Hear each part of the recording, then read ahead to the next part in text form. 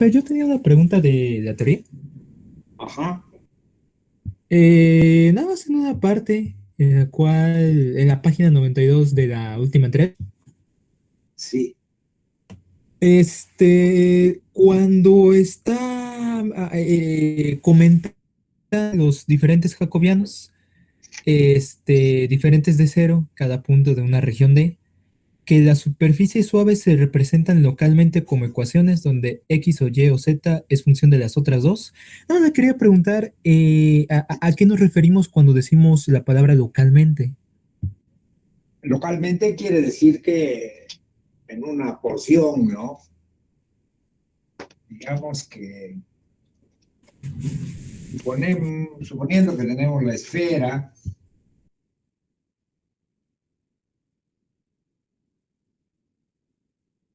cada vez salen menos bien estas.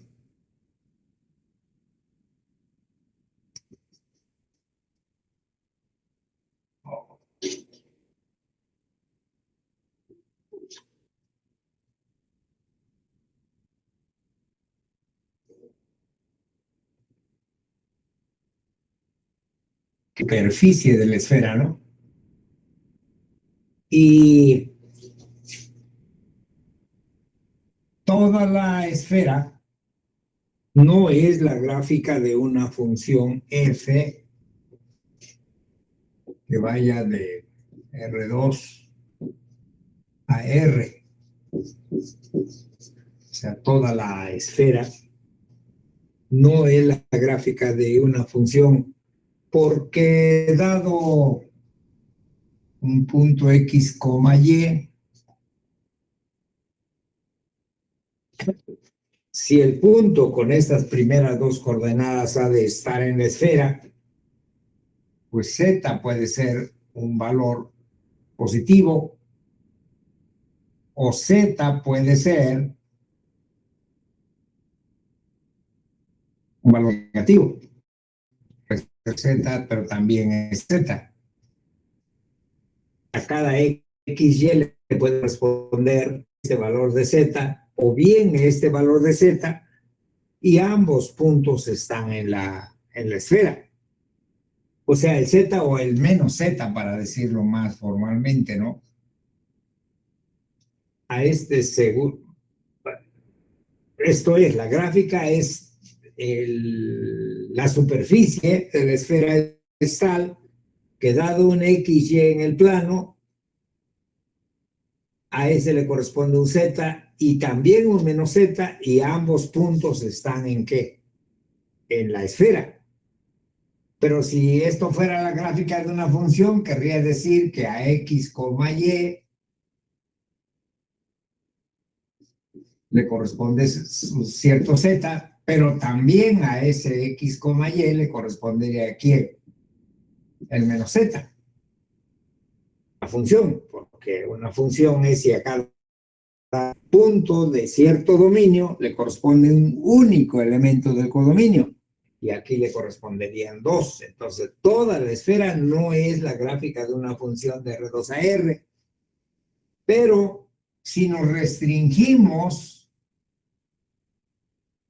a una porción de la parte de arriba, pues esto sí es la gráfica, o sea, si esto ya no lo consideramos y solamente pensamos en la porción de casquetito superior, eso sí es la gráfica de una función, porque ahí sí a cada XY que esté en el dominio correspondiente le corresponde un único Z. Entonces, es la gráfica de una función, una parte de la esfera, pero no toda. Entonces, la esfera es localmente la gráfica de una función. Por ejemplo, por ejemplo, si ahora nos fijamos en una parte, ya no esta, sino en una porción de la parte de la derecha de la de la esfera. Y ahora proyectamos esa parte sobre el plano XY. Eso es imposible que sea la gráfica, una parte de la gráfica de una función de el plano XY a Z, o a R, perdón. ¿Por qué? Porque a cada punto en este planito le corresponde a fuerzas uno arriba y otro abajo, si es que nos estás fijando en esta porción. Entonces, esa porción es imposible que se exprese Z como función de XY, pero sí se puede expresar X como función de Y, como función de X y de Z. Entonces es lo que se dice ahí, que si la función tiene ciertas propiedades, que ahí se comenta, si la superficie tiene ciertas propiedades, entonces localmente,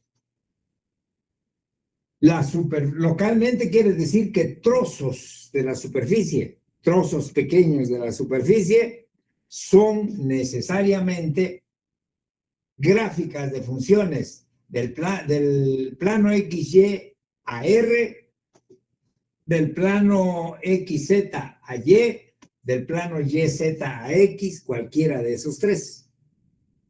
No sé si te aclara la pregunta. Eso es lo que estamos diciendo ahí. Sí, profe, ahora ya lo entendí. Muchas gracias. Ahora, ¿por qué pasa eso?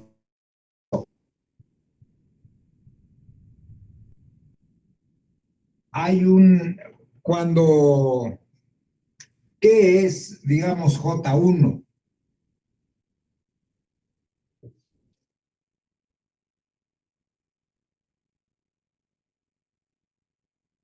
¿Lo tienen por ahí? Ahorita lo encuentro. Es la derivada parcial de X, de YZ con respecto de U, V. Parcial de YZ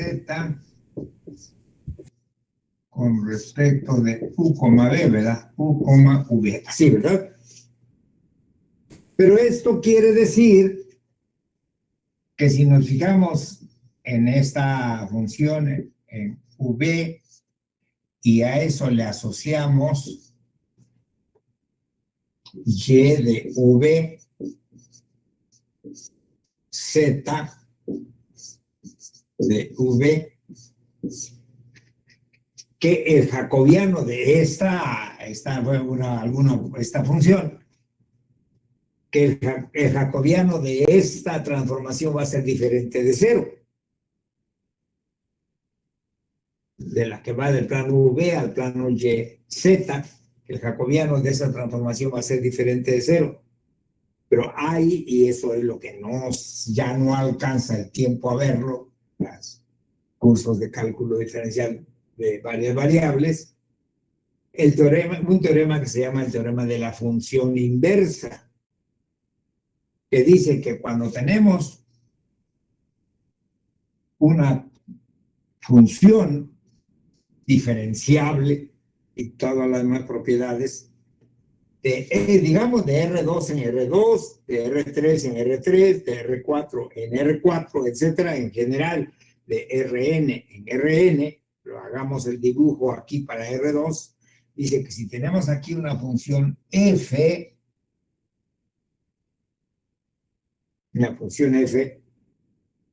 y el jacobiano, y en un punto P sub 0, digamos que esto sea V, como lo estamos escribiendo aquí, y que esto sea quién, Y y Z.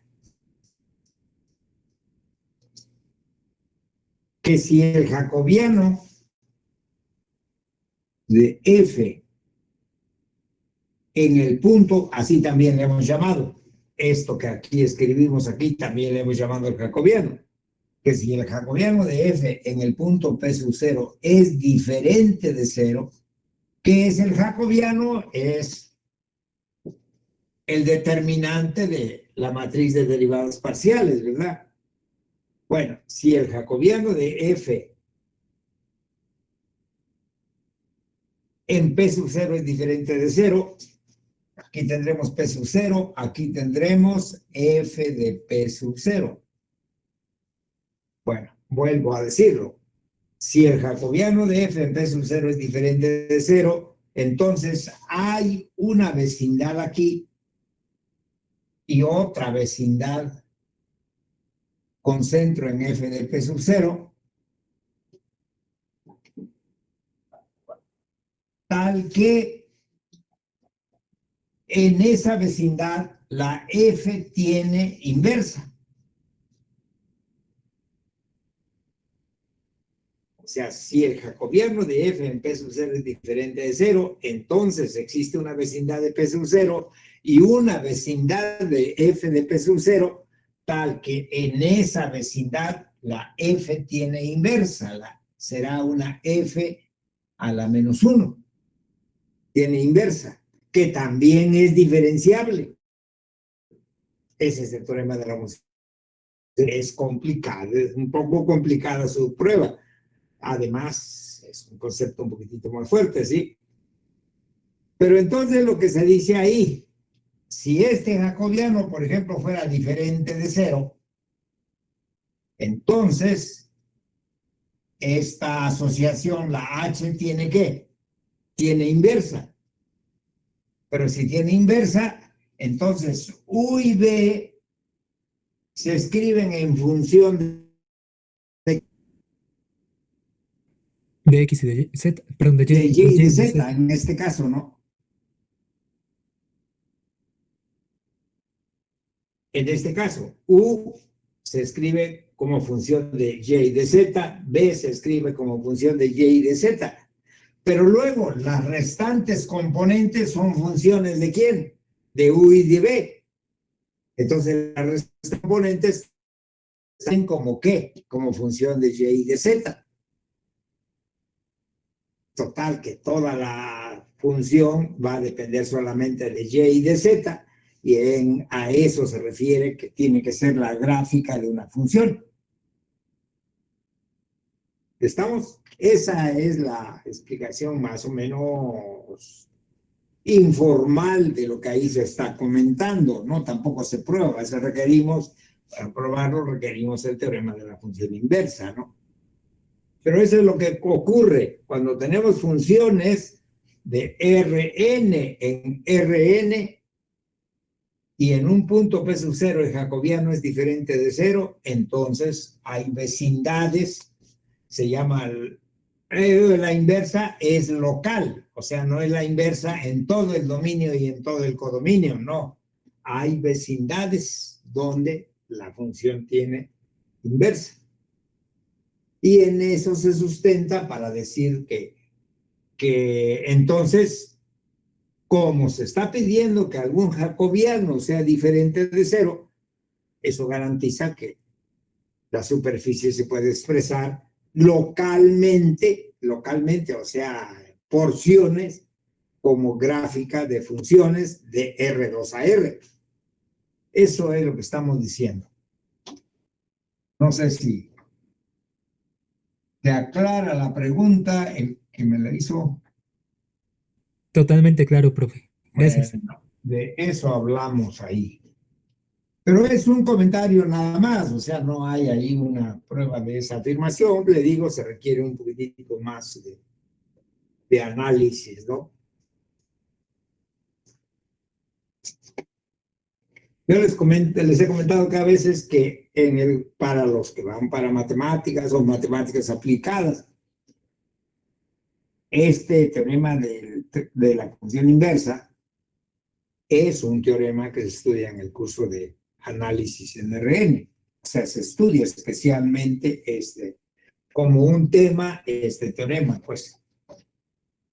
Y los que no, bueno, pues ahí está la idea de lo que el teorema dice. Bueno, ¿qué más tenemos?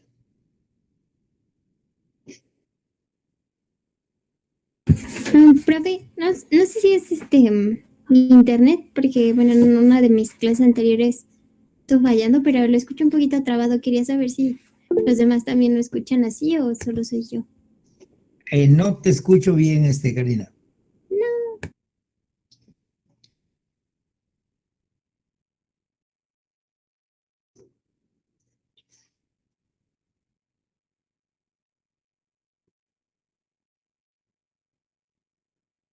Pues no escucho más. ¿Alguien más tiene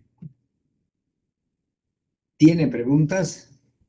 Sí, pero es que creo que por un momento tuvimos un pequeño detalle de internet, pero ah, bueno, le quería pedir ayuda especialmente para los ejercicios de identificar superficies, pero que son superficies que involucran en sus coordenadas a coseno de teta, seno de teta. Por ejemplo, en el ejercicio 8 de la página 2 en donde nos pide identificar cuál es la superficie dada por las coordenadas X, Y, Z. Bueno, no supe cómo dibujarlo, entonces quería pedir un consejo para eso. Ah,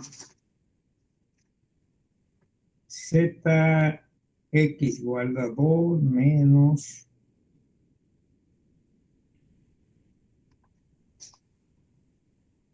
El ejercicio 5 no lo tienen. De hecho, tampoco, también le iba a pedir ayuda para identificar la superficie del 5. Pero digo 448, 447. Es una esfera, compañero. No, pero el identificar es nota que alguien le puso. No, no, el ejercicio no dice eso. Ah, ¿no? Bueno, porque dice repetir el ejercicio 5. Ah, ok. Y el ejercicio 5 dice hallar una expresión para un vector unitario normal. Ok.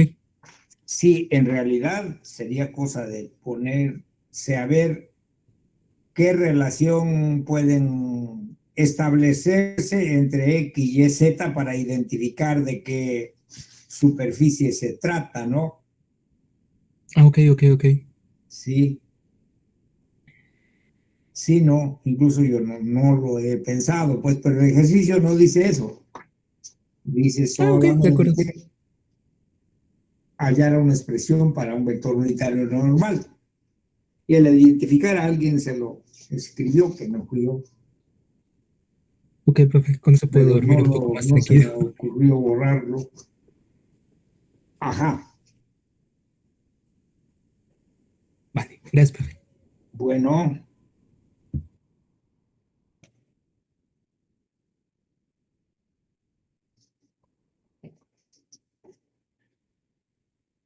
tenemos más preguntas por ahí.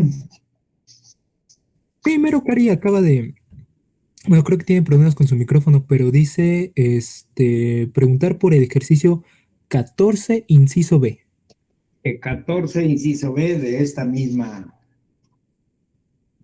Ah, lista, supongo. sí, Cari, ¿de qué lista era, perdón? Ah, de la página 448, es Ajá, decir, ajá, en la página 448, ¿verdad? sí. Y por cierto, yo también iba a preguntar de ese ejercicio, pero del inciso A. Entonces, yo creo que Cari pudo avanzar un poco más que yo.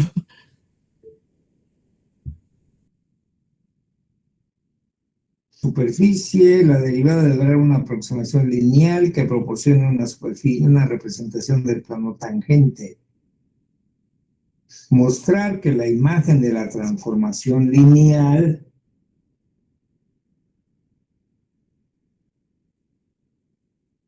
vamos de R2 a R3.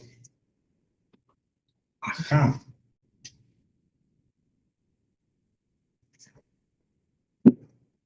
Transformación lineal es el plano generado por TU y TV. Digamos que el plano generado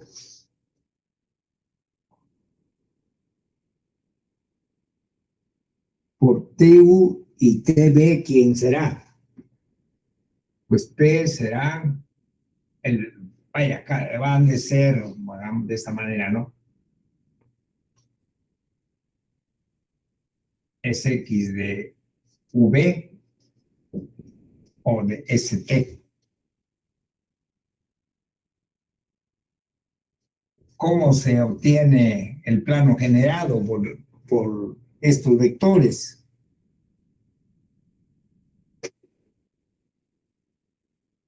Se ha dado dos vectores que no sean en R3, ha dado vectores AB que no sean colineales, pues la combinación lineal de estos vectores generan un plano. Entonces, el plano será S veces TU más T veces TB. O pongámosle otro para que no se confunda, pongámosle aquí R y S. Será RTU STB con R y S en los reales. Este es el conjunto de vectores de este tipo, es el plano generado por TU, TB. Ahora, ¿qué es la derivada? La derivada de la transformación, aquí le llama phi, cuando phi será esto, será justamente la parametrización de la superficie, ¿no? O ha de ser dado por X de V, Y de V, Z de V, con V en alguna región D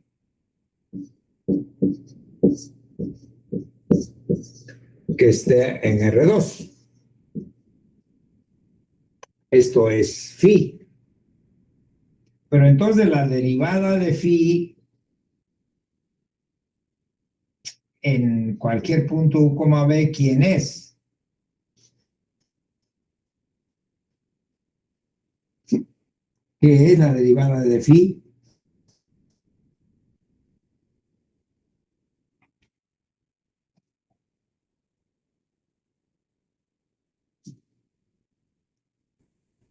A ver, alguien que me diga.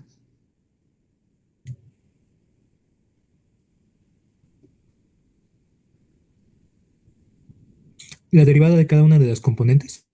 No. La derivada de X con respecto de U, la derivada Ajá.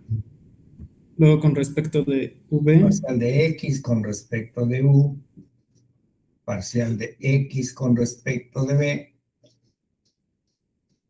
parcial de Y respecto de U, parcial de Y respecto de B, parcial de Z respecto de U, parcial de Z respecto de B. Esa es la derivada. Es una matriz. Ahora, apliquémosle la matriz a puntos de la forma U, B. O, sí, o a puntos de la forma S, T, que van a ser puntos en dónde? En D. O apliquemos el pues a U, B. En todo caso, a este le podemos llamar U y B para hacerlo coincidir. Y vemos que es la imagen, ¿no? Y la imagen se tendría que parecer a este desarrollo.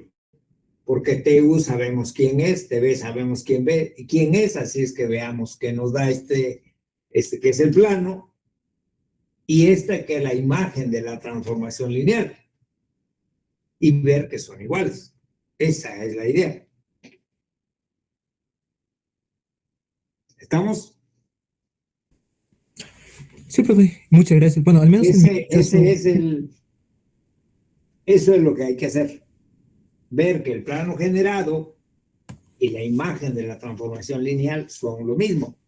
lo que significa que está bien lo que se quiere hacer, de comparar, de aproximar los valores de la función a los valores de una transformación lineal.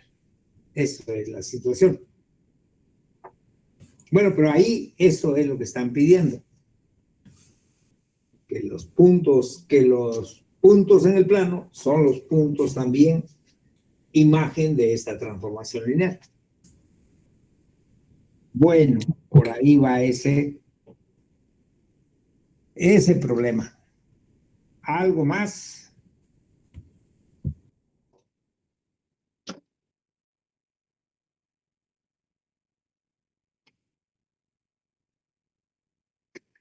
A ver, díganme los demás.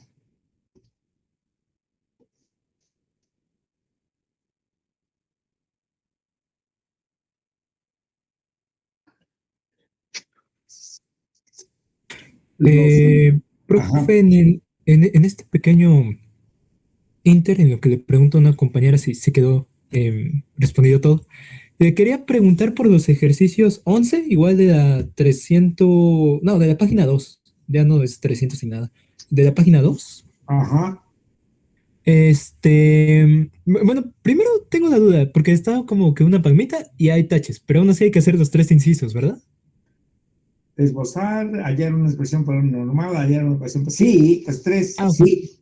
ok, ok. Sí. Bueno, me da un poquito de pena en mi geometría analítica, pero ¿me podría dar una pista más o menos de cómo esbozar? Ya sé que es un cono, nos enseñó que es parametrización de un cono, pero no sé cómo esbozarlo a partir de su parametrización.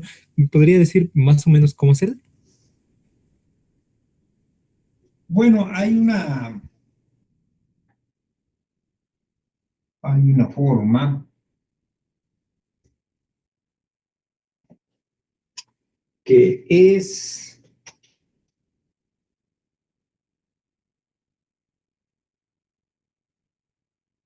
pues el cono es la gráfica de una función.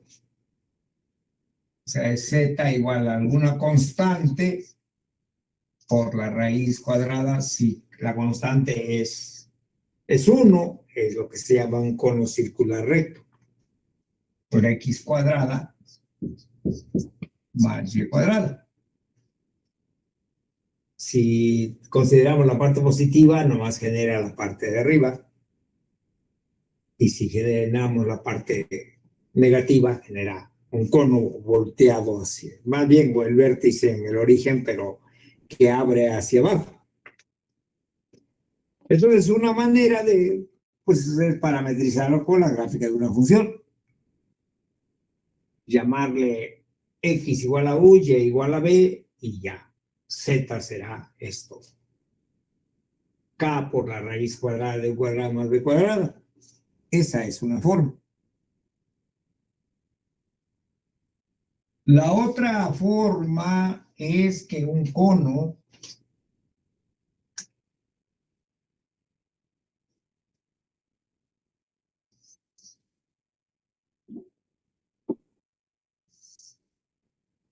nos fijemos como una de las variables, vamos a un punto aquí, una de las variables que sea la distancia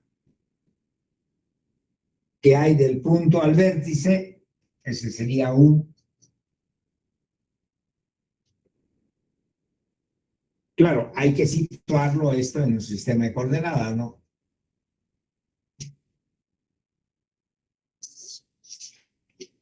Y entonces de aquí hay que ver quién sería. Proyectamos este sobre el plano y aquí aparece un ángulo y este podría ser B. Y entonces escribir X, Y, Z en términos de la distancia del punto al origen y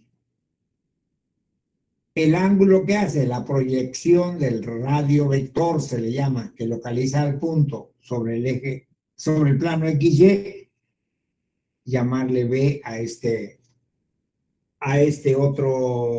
ángulo. Y entonces expresar X, Y, Z en términos de U y de B. Y esa sería una otra posible parametrización. Pero una parametrización más inmediata es la de pensarlo como la gráfica de una función. No sé si te ayuda. Sí, yo creo que de ahí ya con eso Ajá. sale. Muchas Sí, gracias. simplemente hay que identificar como dos parámetros, así se llaman estos números U y B, y en términos de ellos escribir tanto X como Y como Z. Eso es Ok, parametrizar una superficie. de acuerdo. Pero te digo, una es llamarle a la distancia esta U, luego lo bajamos y a esto le llamamos B y a ver qué va pasando, ¿no? De acuerdo, sí, sí, sí, profe, muchas Sí, gracias. porque hay algo que es constante en este tipo en esta situación, que es el ángulo que hace esto con el eje, con el plano XY. Ese es constante, ¿no? Porque no importa dónde esté el punto, este ángulo es siempre el mismo. O sea, aquí también hay un ángulo teta, pero ese es constante, si ha de ser un cono. El que sí va variando es B. Esa sería la otra idea para ir parametrizando el cono. Ok, profe, de acuerdo. Ajá.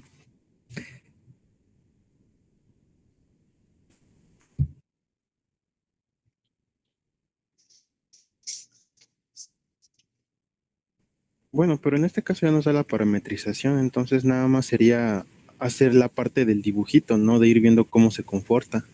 No sé, ¿a qué te refieres?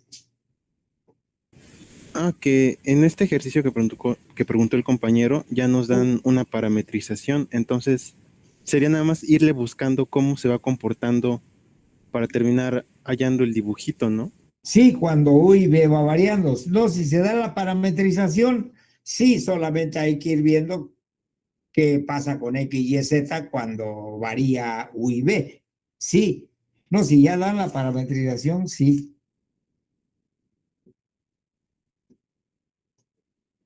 Hay que hacer lo que tú dices, sí. Ok, Es que no sé a qué ejercicio te refieres, pero si es como dices, sí, eso es lo que hay que hacer. sí, es justo como el compañero dice, creo que me hice un poquito de bolas. Pero, ok, de acuerdo, muchas gracias.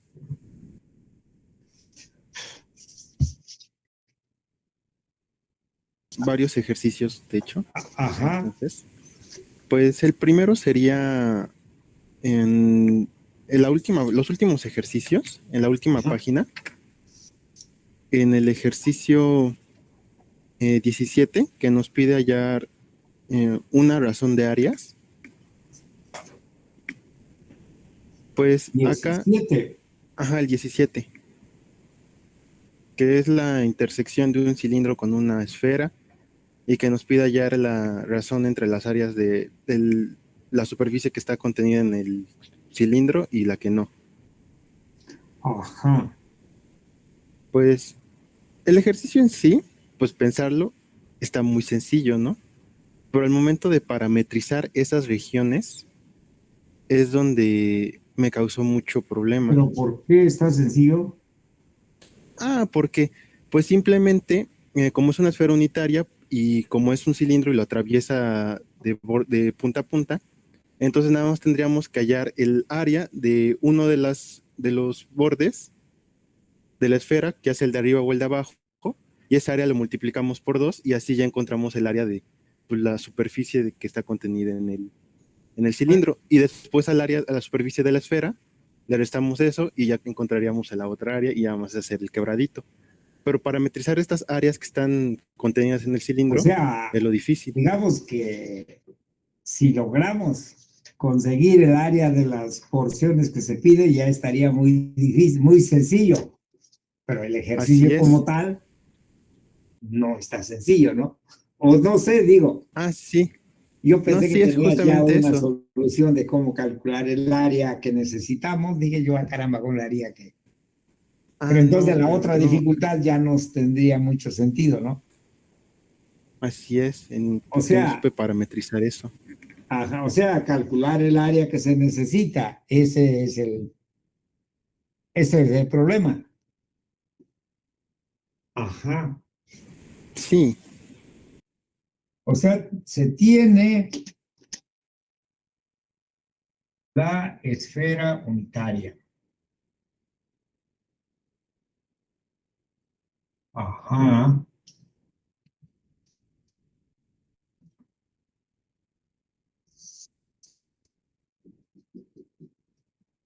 Se tiene el cilindro x cuadrada más y cuadrada igual a x, que es lo mismo que tener x menos un medio al cuadrado. ¿Sí está bien?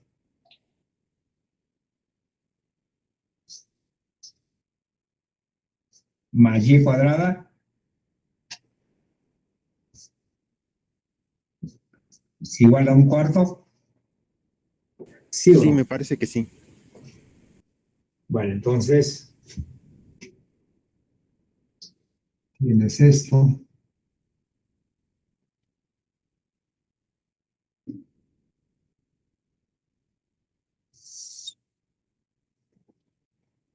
Y el cilindro, pues viene siendo una cosa de este tipo.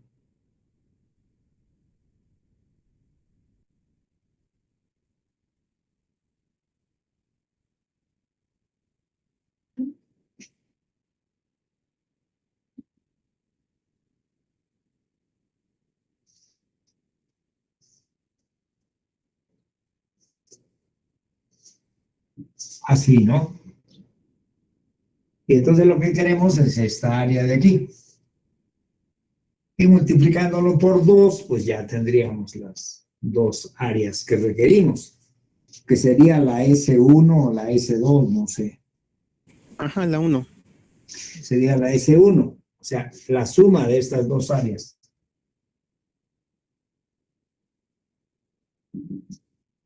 Estas dos tapitas del cilindro. Y bueno, según la fórmula, vamos a calcular el área de arriba. Llamémosle S. El área de S es ¿qué cosa?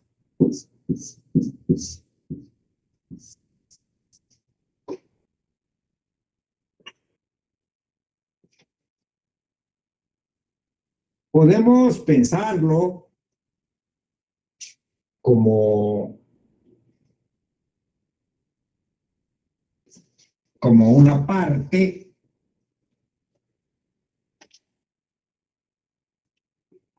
de la esfera.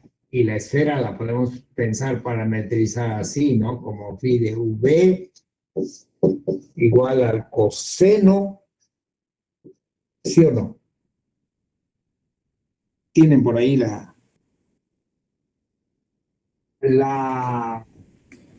Sí, profe, acá yo se la coseno puedo de dar. u, Coseno de U, seno de V, seno de v, seno de U, seno de V, seno de u, efectivamente, seno de v, coseno de V. coseno de v, ¿verdad? Sí, así es. Con u entre 0 y 2 pi, creo, Sí, y b entre 0 y pi. Eso, al aplicar esta transformación y con u y b variando,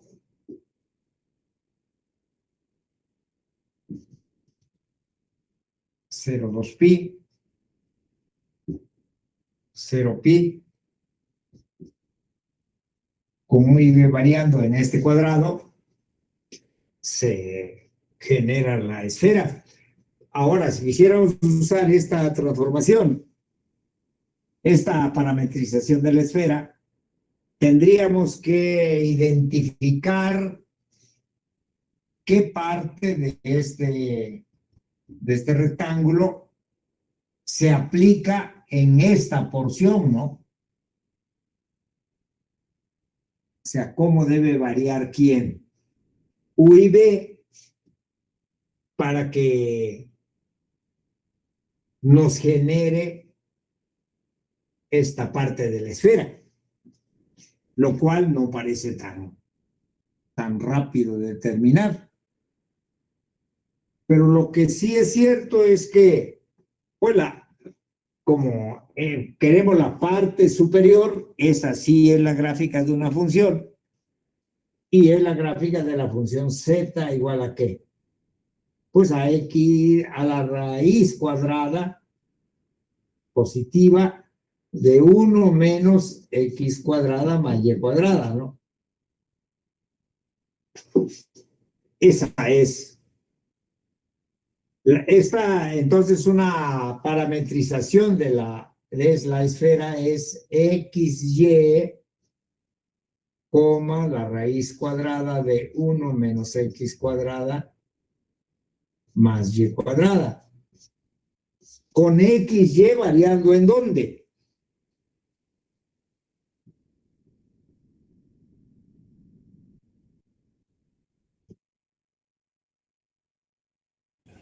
X entre 0 y 1. Con xy variando en este disco, ¿no? Ajá. Digamos que llamémosle donde el disco como aquel que x menos un medio al cuadrado más y cuadrada, pues es menor igual que un cuarto, ¿no? Esto llamémosle D. Entonces con XY variando en D.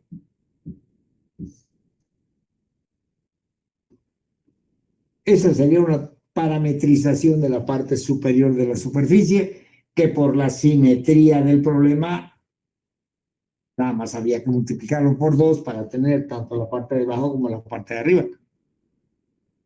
Pero una vez que tenemos esta parametrización, que se ve que es más sencilla que la otra, porque la otra no se ve cómo debiera variar U y B para que nos genere esa porción de la esfera. Entonces, quién es? Entonces, para alguna parametrización es U, B. No lo estoy escribiendo, estoy dando las ideas nada más. U, B, la raíz cuadrada ¿de quién? De 1 menos U cuadrada más B cuadrada, con U y B variando también en D. En D, donde D es este conjunto.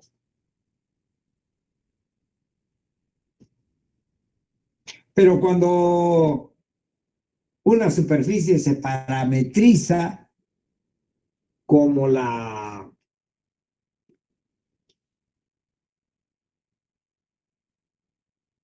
gráfica de una función, el vector fundamental, el TU cruz TB, ¿quién es?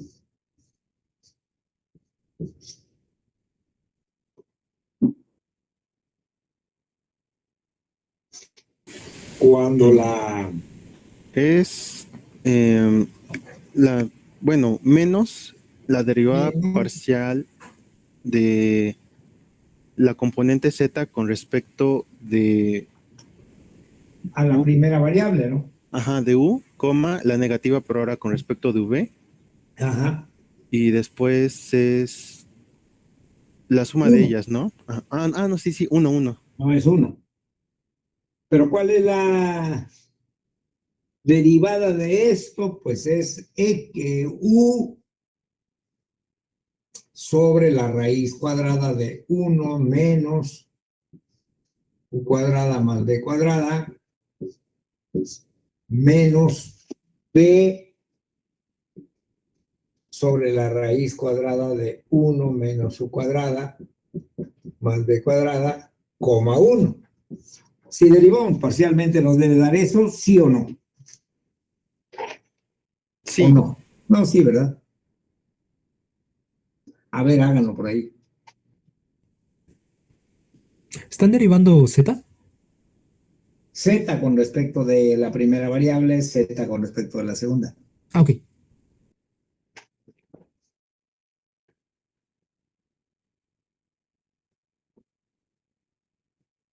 Sí, sí da.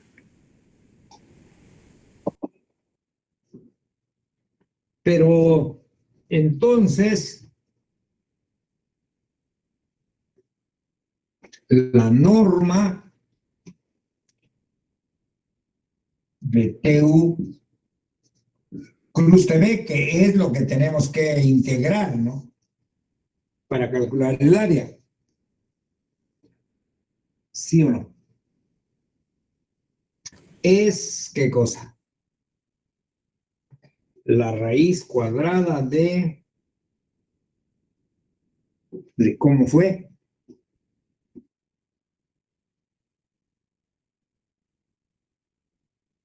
¿Cuál es la norma?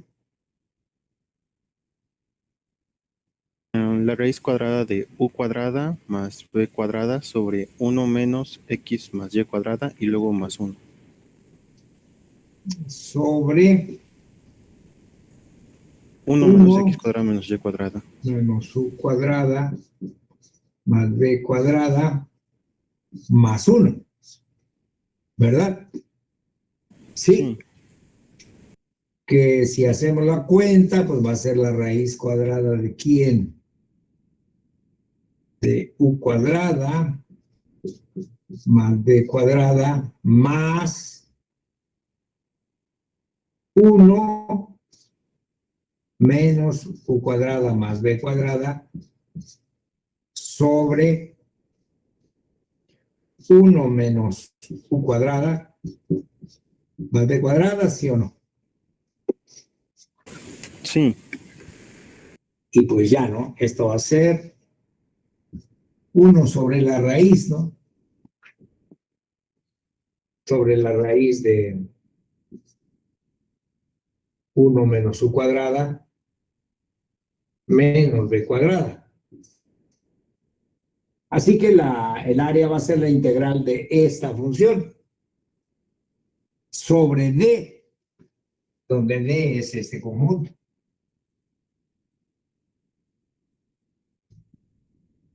Pero ahí ya podemos cambiar a coordenadas polares. Escribir U y B como R coseno teta, R seno teta. Y ahora hay que ver, ese es el ejercicio muy parecido a cuando calculábamos el volumen de la punta del paraboloide, algo así. Donde si se tiene, recobramos la expresión que se tenía para ese cilindro, que es ¿quién? Bueno, aquí el dominio es un disco así, por su ecuación. Pues ahí nuevamente, teta varía de menos pi sobre 2 a pi sobre 2, y R pues se obtiene de la primera ecuación del cilindro. Ahí está ya la expresión en términos de hacer explícito cuál es su centro y cuál es su radio. Y pues ya hacemos esa integral y se acabó. ¿Qué dicen? Que así está muy fácil, profe. Bueno, no. Bueno, más sencillo de ver. Sí, es que el otro no se ve. El problema en el otro caso, todo se vuelve más sencillo en cuanto a la expresión de la norma, porque la norma va a ser 1. Sí, va a ser 1. No sé, puede ser que no. Va a ser el seno, ¿no? Porque ¿cuál es TU cruz TV para la parametrización de la esfera que teníamos ahí? Creo que va a ser el seno de B menos el seno de B por phi de U, B, ¿o no? Ese es Ajá, no recuerdo si es el seno o el coseno, pero sí no, es es el seno, creo. Y entonces, la norma, como es es unitaria, más bien, la norma de TU cruz TV, como es la esfera unitaria, pues phi de V va a ser 1, con norma. Así que solo nos va a quedar el valor absoluto de seno de B. Eso es lo que hay que integrar si nosotros usáramos la otra parametrización. Y esto es muy rápido, la integral. El problema ahí son los límites de integración. De dónde a dónde debiera variar U y B para que nos genere esa porción de la esfera, la que está sobre el cilindro.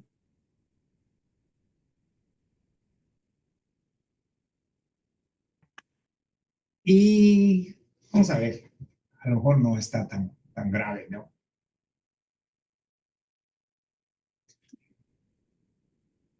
Porque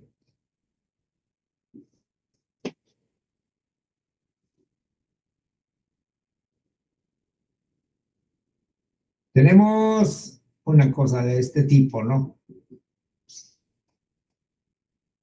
Y proyectado sobre el plano XY es esta esfera. Pero entonces cada vez que tenemos un vector que localiza un punto aquí, su proyección cae dentro de este círculo. Y entonces este ángulo va de menos pi sobre 2 a pi sobre 2. Pero, ¿cómo era la parametrización? ¿Cómo conseguíamos la parametrización de una esfera? ¿Qué significaba U y qué significaba B? V era el ángulo de rotación alrededor del eje Z y Ajá. el V era el... Ajá, teníamos este punto, y bueno, ese punto, no se me ocurre dónde, aquí, para que se vea mejor, este punto de la esfera. Lo proyectamos ¿sobre quién? Sobre el plano XY, y esto era U, el ángulo que hacía la proyección, ¿no? ¿Verdad? Sí. Y el otro era este ángulo, creo, ¿no? No me acuerdo bien. Sí, Pero así el es. caso es que a lo mejor, pensándolo así, y considerando que la proyección de esto es este disco, sí podemos saber este ángulo de dónde a dónde va a variar, y va a variar también de menos pi sobre 2 a pi sobre 2. Pero ahora el otro es el que hay que ver cómo varía el ángulo que localiza a este, de dónde a dónde. Eso no está muy claro, ¿no? Pero bueno, la otra parametrización se resuelve rápidamente. Vaya, no rápidamente, pero sí se puede obtener así de manera un poquito menos complicada el área que necesitamos. Esa puede ser una solución. O sea, falta calcular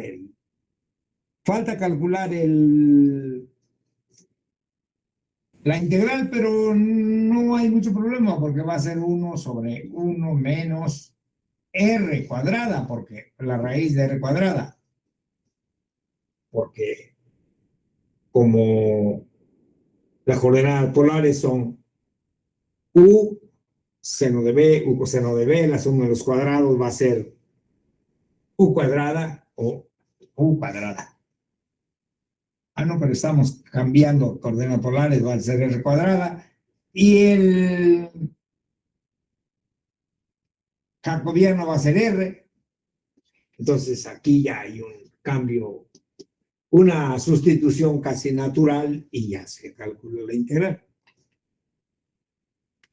O sea, esa es una forma de resolver el problema. ¿Tenemos más?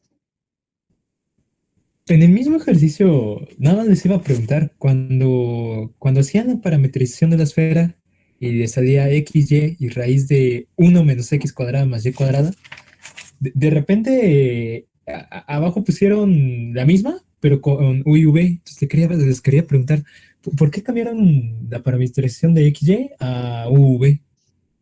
Bueno, por eso hay que leer la parte teórica, porque ahí decimos, cuando es la gráfica de una función, una parametrización y se da esa exactamente.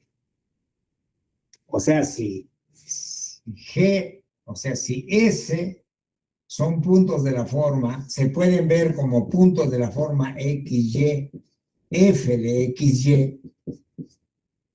Si S se puede ver como la gráfica de una función donde F es una función de algún dominio que está en R2 a R.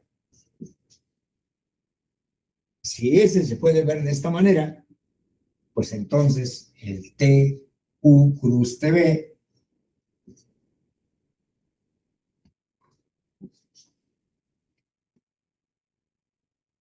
es, bueno, una parametrización de la superficie es X igual a U, Y Z igual a F de U, B. Esta es una parametrización posible de la superficie cuando es la gráfica de una función.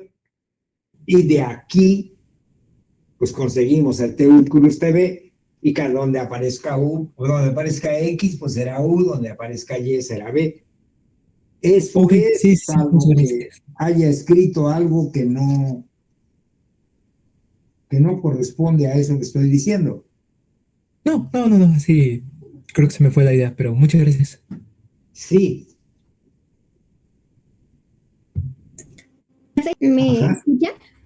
sí, te escucho. Ay, perdón, es que hace ratito tuve problemas con el micro y con mi internet, entonces, ay, pero bueno, le quería hacer un par de preguntas como de la teoría. Mm, Ajá. me da curiosidad, bueno, al momento de que, bueno, de que calculamos los vectores normales a nuestras superficies, bueno, Sí, en alguno de los ejercicios por accidente, en lugar de multiplicar el TDU, bueno, o sea, la multiplicación correcta es TDU por TDU, bueno, T sub V. Entonces, por accidente en mis ejercicios, en alguno como que los volteé y bueno, ya después me di cuenta que estaba mal y todo eso, ¿no? Pero me da curiosidad como saber, o sea, ¿qué pasa cuando conmutamos ese producto punto para obtener el vector normal? ¿Qué vector estaríamos obteniendo? ¿Como un vector en lugar de hacia arriba, hacia abajo?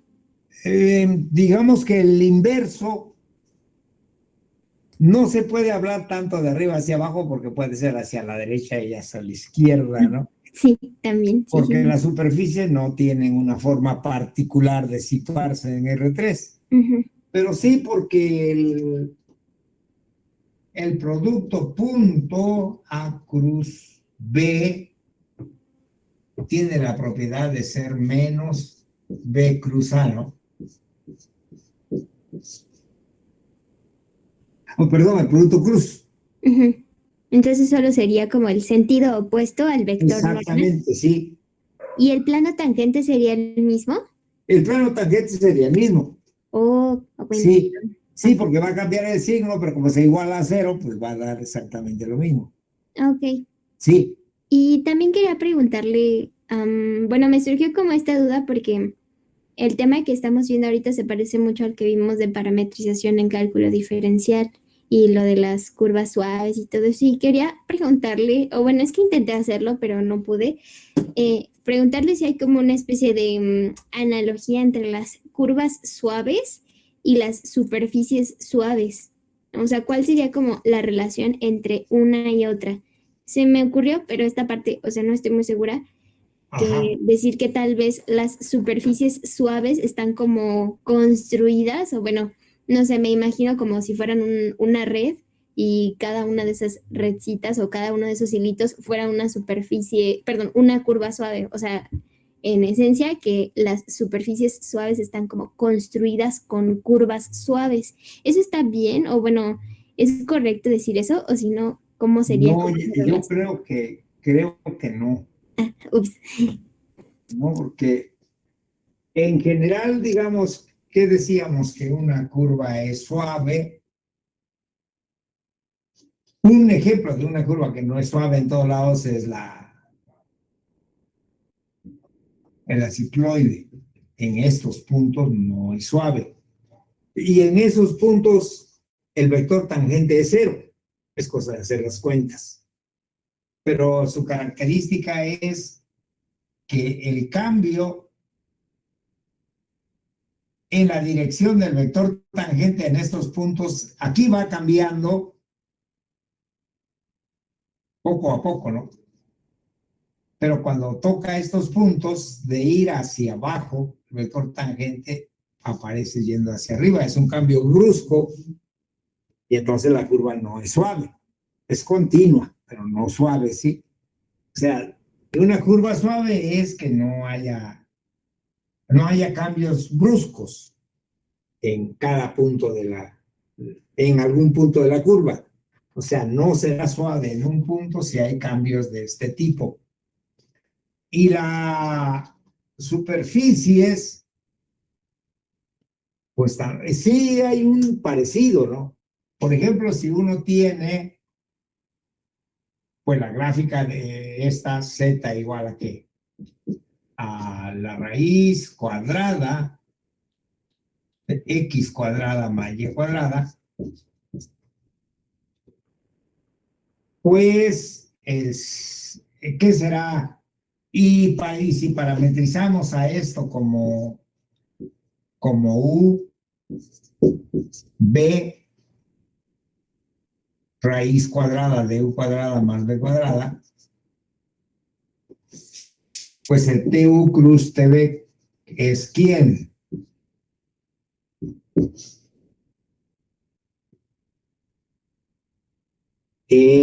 Vamos a ver, no, no es un buen ejemplo porque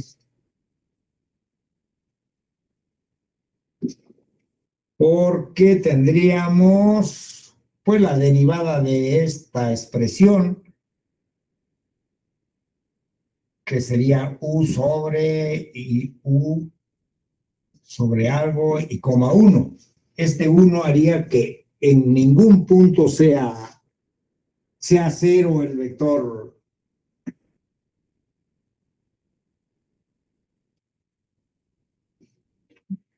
Pero esta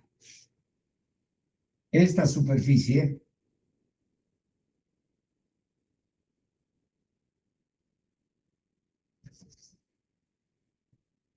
tiene un pico aquí.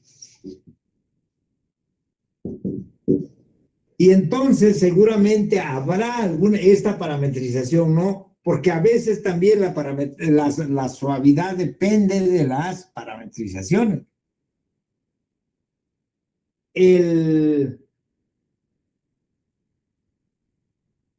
A ver, estaba yo viendo aquí. Pues no, esto sí está bien. Porque miren,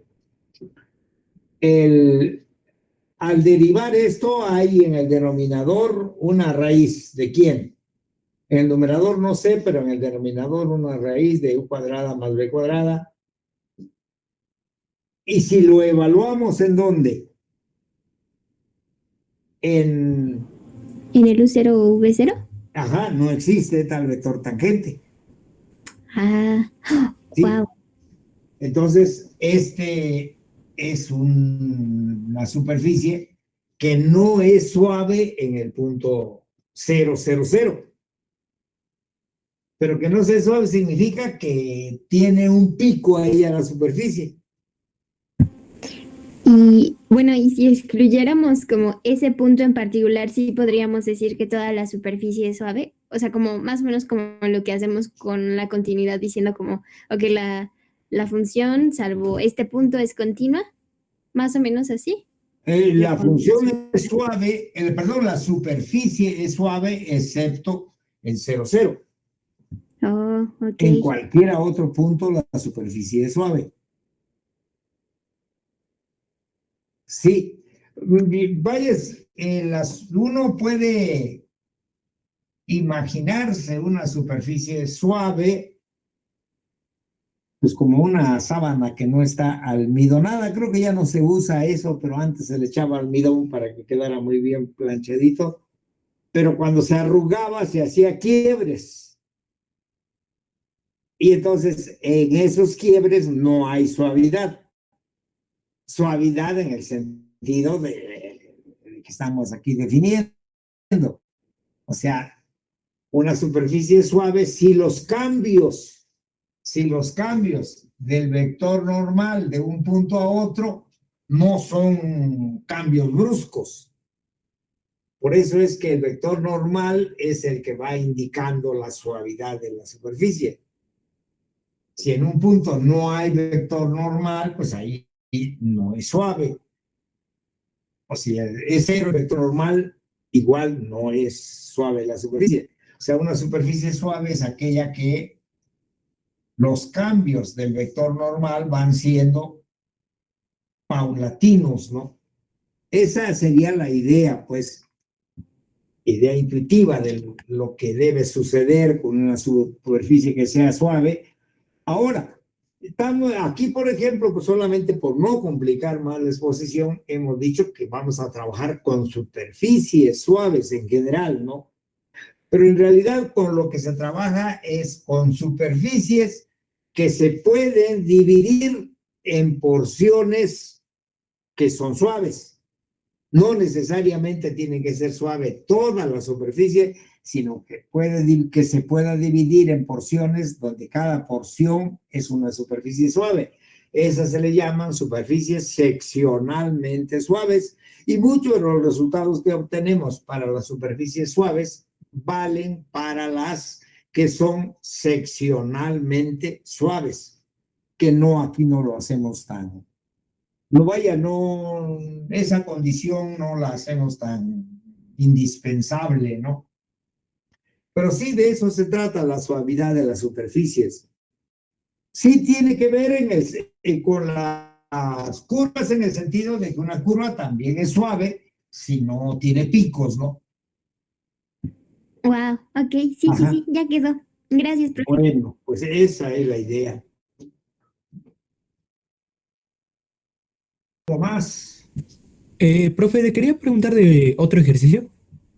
Ajá. Del ejercicio 10 de la página 2 cuando estamos buscando un vector normal, pero ya no viene dado en... bueno, para empezar, de los ejercicios 10 de la página 2 el que tenemos que hacer es el ejercicio C, ¿verdad? El C, sí, efectivamente. Ah, bueno, le iba a pedir ayuda porque no logro identificar la superficie, entonces todavía no logro sacar, como que menos parametrizarla para sacar del vector normal. Pues yo les sugiero que vea esa superficie como la gráfica de una función, Ah, ok.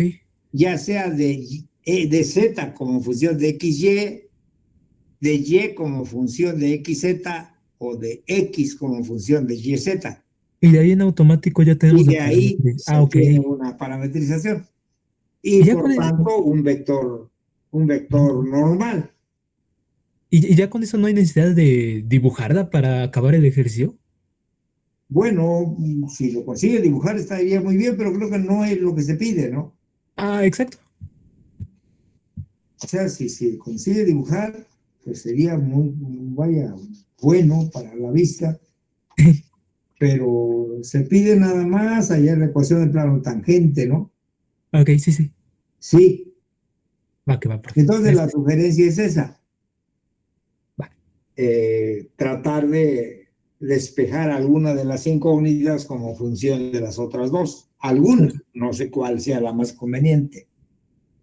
Va que va. Sí, esa es la situación.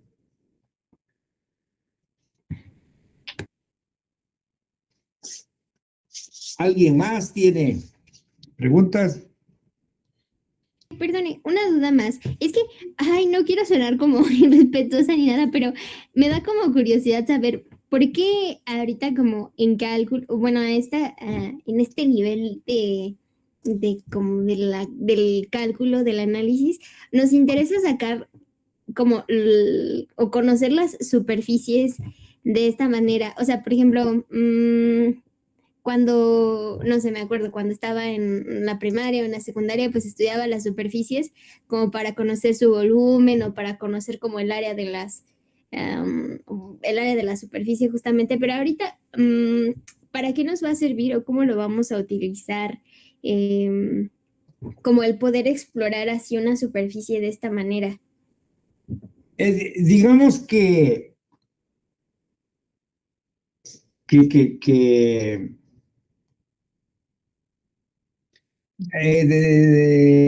la pregunta siempre me ha llamado a uno me ha llamado la atención, como que si necesariamente estamos aprendiendo algo, cuando dicen en qué se va a poder utilizar, se me figura que si se va a poder usar para construir autos, para construir aviones, para ir a la luna o más lejos de la luna, que ahora ya se va, como que si ese fuera todo el sentido de que se estén estudiando cosas, ¿no? Y bueno, es uno de los sentidos, pero el otro es que la matemática es una ciencia en sí y se hace preguntas dentro de las matemáticas y se trata de responderlo. ¿Para qué? Por estudiar el concepto matemático simplemente, ¿no? O sea, no hay una necesidad de utilidad para lo que se está estudiando, sino simplemente son conceptos matemáticos que se definen, que se hacen preguntas, que se investiga qué más se puede decir. Una vez que se resolvió eso, se hacen nuevas preguntas y se investiga qué se puede decir de ese nuevo concepto, hacia dónde puede uno seguir encontrando nuevas cosas. O sea, como que no necesariamente la matemática se estudia con un fin utilitario en el sentido práctico, ¿no? Sino que la matemática misma, eso, digamos que esa parte la ganó hace ya más de 2 siglos, porque antes sí, efectivamente, bueno, no necesariamente, toda la geometría euclidiana, toda la construcción axiomática de la geometría euclidiana, pues fue una curiosidad enteramente matemática, ¿no?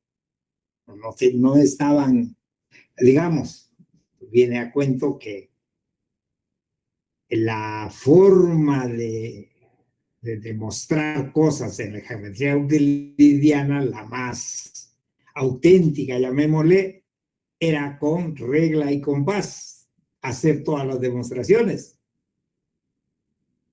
Pero no regla graduada, sino simplemente una regla que tirara rectas, ¿no? Y compás. Y con eso se tenían que hacer construcciones para demostrar lo que se afirmaba. Y eso era la idea antigua de la matemática, que decían que porque calcular era un asunto de comerciantes y de los geómetras auténticos no se ocupaban de esas cosas. O sea, entonces viene de lejos la idea que el estudio de la matemática por la matemática misma es un tema. Se puede uno pasar la vida estudiando la matemática por la matemática misma y nos queda un mundo de cosas sin saber. Entonces, cuando vaya, yo lo comento porque a lo mejor la curiosidad de que en qué se va a usar no se lo podamos decir, no se puede resolver, ¿no? Sí, cuando se hace esa pregunta se quiere una respuesta de que en la práctica se va a pasar que si tienen un edificio y hay que construir esto, entonces, no, a lo mejor no, y a lo mejor yo no tengo esa información aparte, ¿no? Puede que sí. Por ejemplo, en la UNAM hay un instituto de matemáticas aplicadas, donde la matemática se estudia a muy altísimo nivel, pero las aplicaciones también son fuertes. Pero esa es una especialización ya, ¿no?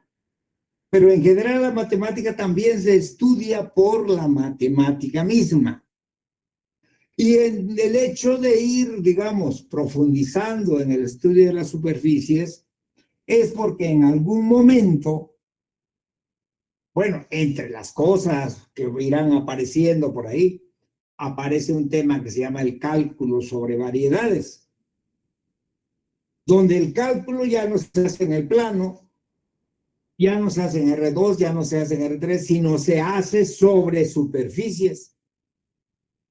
La derivada, los límites, la continuidad, y se llama cálculo sobre variedades.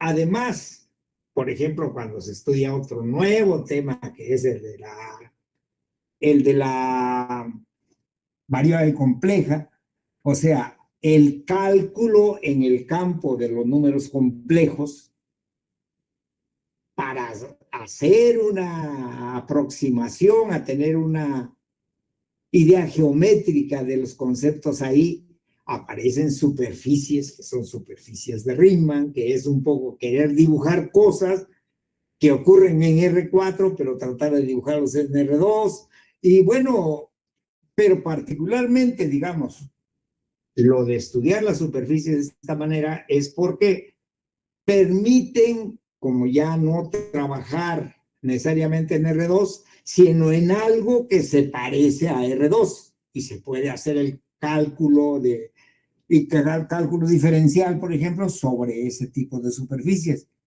Hay un curso que se llama el de cálculo sobre variedades, bueno, más un tema, ¿no? Creo que no está como curso, y que se hace el cálculo, pero ya superficies de este tipo, ¿sí? Más o menos por ahí va el asunto, pero te digo, que vaya a tener la idea de que estamos aprendiendo algo de matemáticas para que en algún momento se pueda usar en algo práctico. Para el que va a estudiar matemáticas puras, puede ser que eso nunca suceda y que cada vez aparezcan teorías más complejas que la absorben dentro de la misma matemática, y en algún momento hasta puede estar involucrado en crear nuevas cosas en matemáticas, ¿no? Y que las matemáticas mismas sea su objeto de estudio. No sé si te aclaro un poco lo que me preguntabas, Karina. Sí, profe, sí. Me ¿Sí? dejó como pensando con la filosofía de... Pero sí, ¿Perdón? sí, sí. Que me No, dejó es que sí pensando un poquito. entiendo su preocupación, porque así viene la historia, vamos, ¿no? Como que dice uno, la matemática para. Sí, puede ser, pero no necesariamente, ¿sí?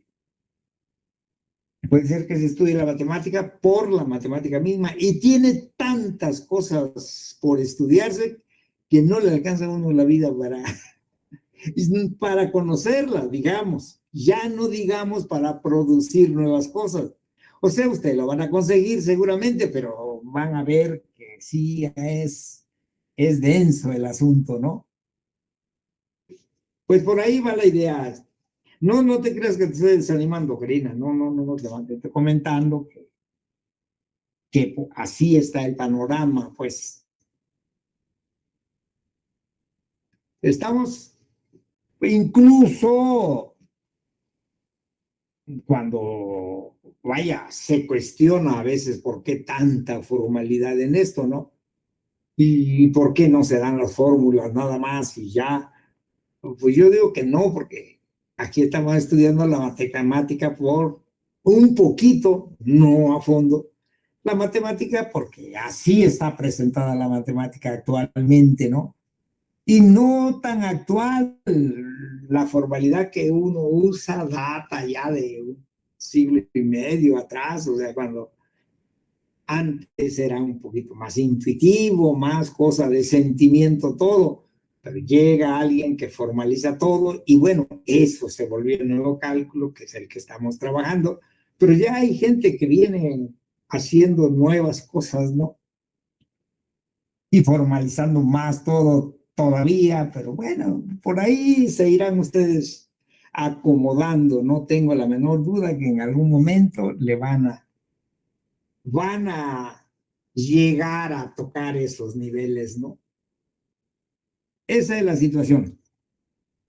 Por ahí es lo que te puedo decir. No me creas todo, ¿sí? Pero esa es un poco la idea de lo que estamos haciendo. Gracias, profe. Y bueno, Bueno, desviándome un poquito, perdone, ¿cómo? es que quería, desviándome un poquito, es que quería Ajá. como, pues, responder esta duda existencial, pero también quería preguntarle sobre el problemita que está, es en la página, bueno, no tiene numerito aparte, pero es la 491 que habla sobre el toro. Ajá. Ay, es que lo estuve intentando, pero me confunden muchas cosas. O sea, bueno, intenté como, bueno, esta parte dice, bueno, el toro está representado paramétricamente por tales funciones y si tenemos un rectángulo, por ahí debemos probar que el área del toro es 2pi, todo eso elevado al cuadrado por el r, que sería como el radio del toro. Entonces, intenté, bueno, o sea, no supe bien cómo hacer la prueba que me dicen. O sea, ¿En bueno, qué página me dices que es? bueno, dice 461, es de las que está como de Ah, dos de las páginas. hojas Ujú. 447, 448, 461. Sí, así es, donde está como la figura del torito. Ajá. Me dan pesadillas los toros desde cálculo integral. ¿Y cuál es el problema? Que no sé, no, bueno, o sea, no he sabido bien cómo mostrar que el área del toro es esa, utilizando la fórmula 7 que me dicen ahí, porque, bueno, no sé dónde está además. Ajá. La parametrización del toro, que por cierto se propone en unas hojas anteriores, y va a salir lo que aquí dice, salvo por el nombre de los parámetros, pero dice que se parametriza como x igual a r más coseno de phi por el seno de teta, ¿verdad? Y igual a r más coseno de phi. La diferencia con este y el que planteamos ahí es que, no, los radios son sí, está bien. Ajá, coseno de phi, seno, no es cierto, aquí es coseno, ¿no? Sí, el de arriba es coseno y el de abajo es Es seno. coseno de teta. Aquí es seno de phi, seno de teta. Y zeta igual al seno de phi. Ajá. Y ahora pues hay que conseguir a quién. O sea, eso ya lo hiciste, es el t teta, ¿cuánto es? Espere, es que justo esa parte es como la que me confundía, que, o sea, no sabía cuáles eran mis U, bueno, o sea, cuando nosotros definimos el T sub U y el T sub V, para sacar las derivadas parciales, o sea, no sabía si tomar U como R, o sea, como me aparecía No, la R es una constante. Uy. R es una constante. Lo que varían son teta y phi.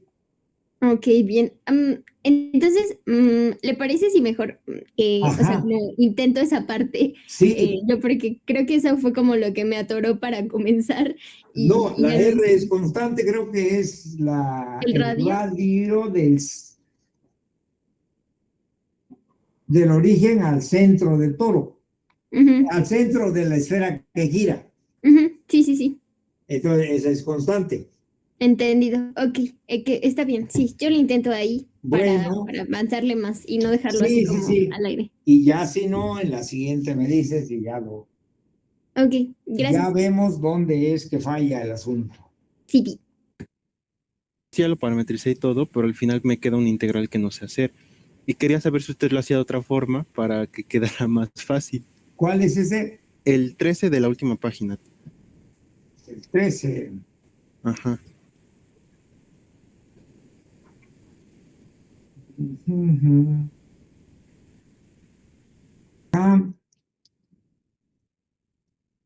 Área, pues es una porción del plano que está sobre, Un cilindro elíptico, ¿no? Bueno, no sé cómo llamarlo. no, sobre una elipse, ¿no? Ah, bueno, sí, pero proyectada en 3D. Sí,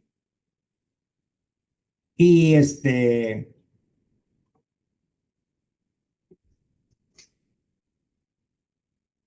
pues incluso el vector normal va a ser constante, porque es vector normal a un plano.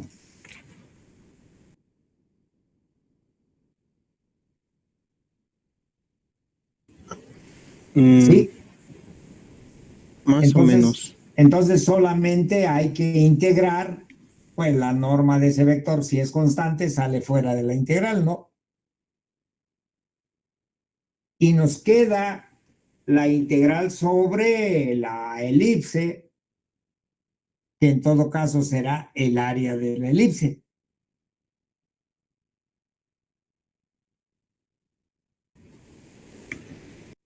¿o no? Pues no sé, tal vez yo hice algo raro, porque me terminó saliendo que.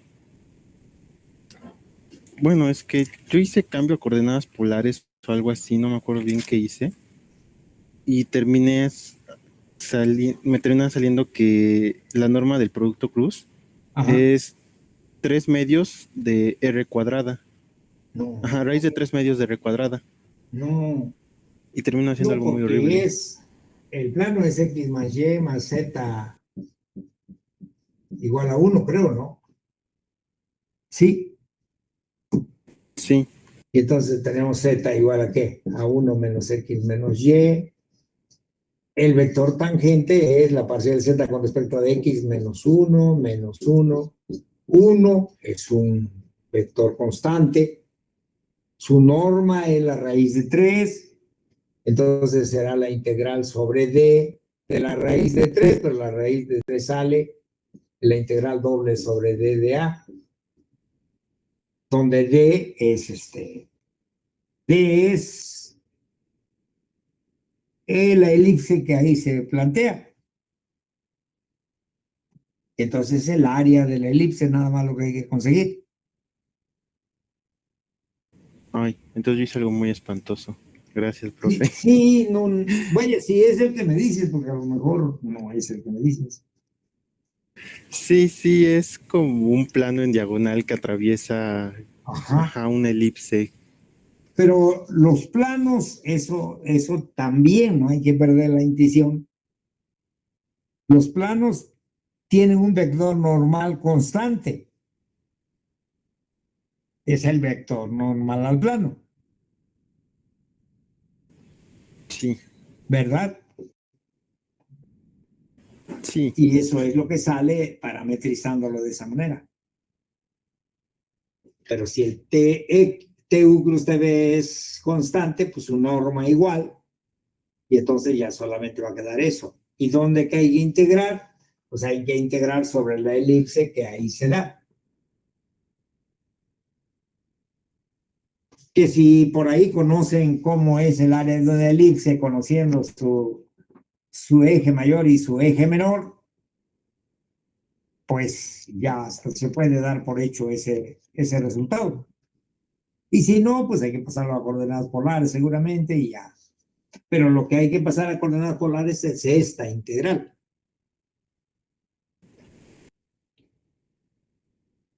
¿Estamos, Eric? Sí, profe, muchas gracias. Bueno, ya vas.